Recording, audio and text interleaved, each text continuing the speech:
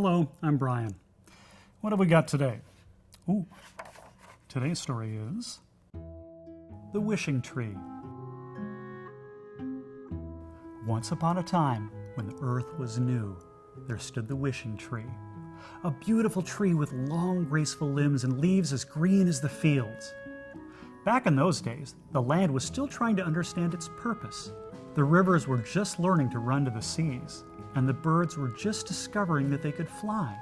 In fact, the sun was always shining because the skies didn't know that they could do anything else. But that didn't seem to bother the skies because they had other responsibilities: to watch over the wishing tree. For years and years, the sun shone warmly on the wishing tree, and nothing out of the ordinary happened.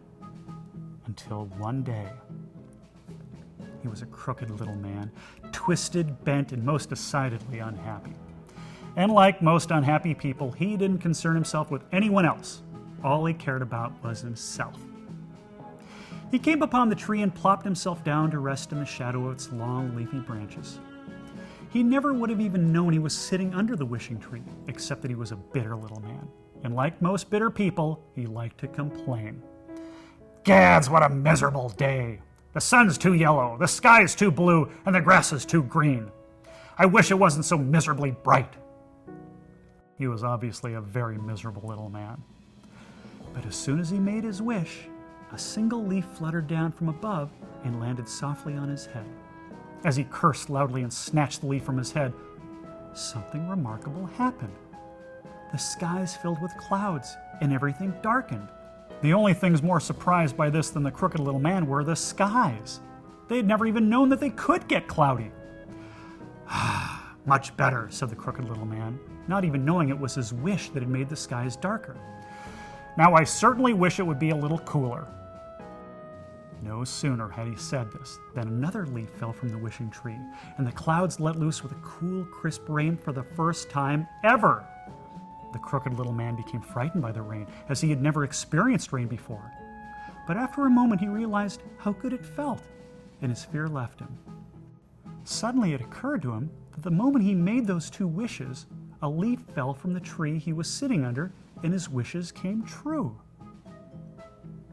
A greedy, evil light flickered in his dark eyes as he went back to the base of the tree. "I wish to be warm and dry again," he said, looking hopefully up into the branches of the wishing tree. Instantly, a single leaf drifted down from the branches, only to be followed by a loud crashing boom as a fiery bolt of lightning shot from the clouds and ignited a small fire in the grass near the crooked little man. The little man nearly jumped out of his skin, as he had never seen lightning before, but his fear left him after he crept over to the fire and once again became warm and dry. While the skies were enjoying their new discovery that they could create clouds, rain, and lightning, they also knew that it was their responsibility to watch over the wishing tree. It wasn't hard to see that the crooked little man had learned the secret of the tree and would soon try to take advantage of it. So the skies let loose with a torrent of rain to frighten the little man off. The man was too greedy and too twisted to care about the sudden rainstorm. He was only interested in making more wishes. He looked up into the branches and saw thousands of leaves, and knew that if one leaf fell after each wish, he would have thousands of wishes still to come. "I wish for gold!" he screamed. The skies, knowing that they couldn't let the little man get away with this, decided to outfox him. So they chased away the clouds and brought out the hottest, brightest sun they could imagine. Sure enough, the leaves of the wishing tree slowly changed from the deep green to red, to orange, to gold. The little man cursed the air around him, thinking that he'd just not phrased the wish right. He got his gold, but it wasn't the gold that he wanted. No problem, he thought. There are plenty more leaves and plenty more wishes. But before he could make another wish, the skies got busy one more time. They gathered their strength and concentrated as hard as they could. And suddenly, a howling wind came blowing out of the north. The skies had never made wind before, so again, they were as surprised as anyone by the power of it. The little man cowered at the base of the tree as the wind whipped his clothing around him. But as the wind whipped around him, it also tore through the branches of the wishing tree. The long branches creaked and bowed as the wind sent the golden leaves flying into the sky, spiraling about like frightened bees. After a moment, the skies wore out, and the wind died down.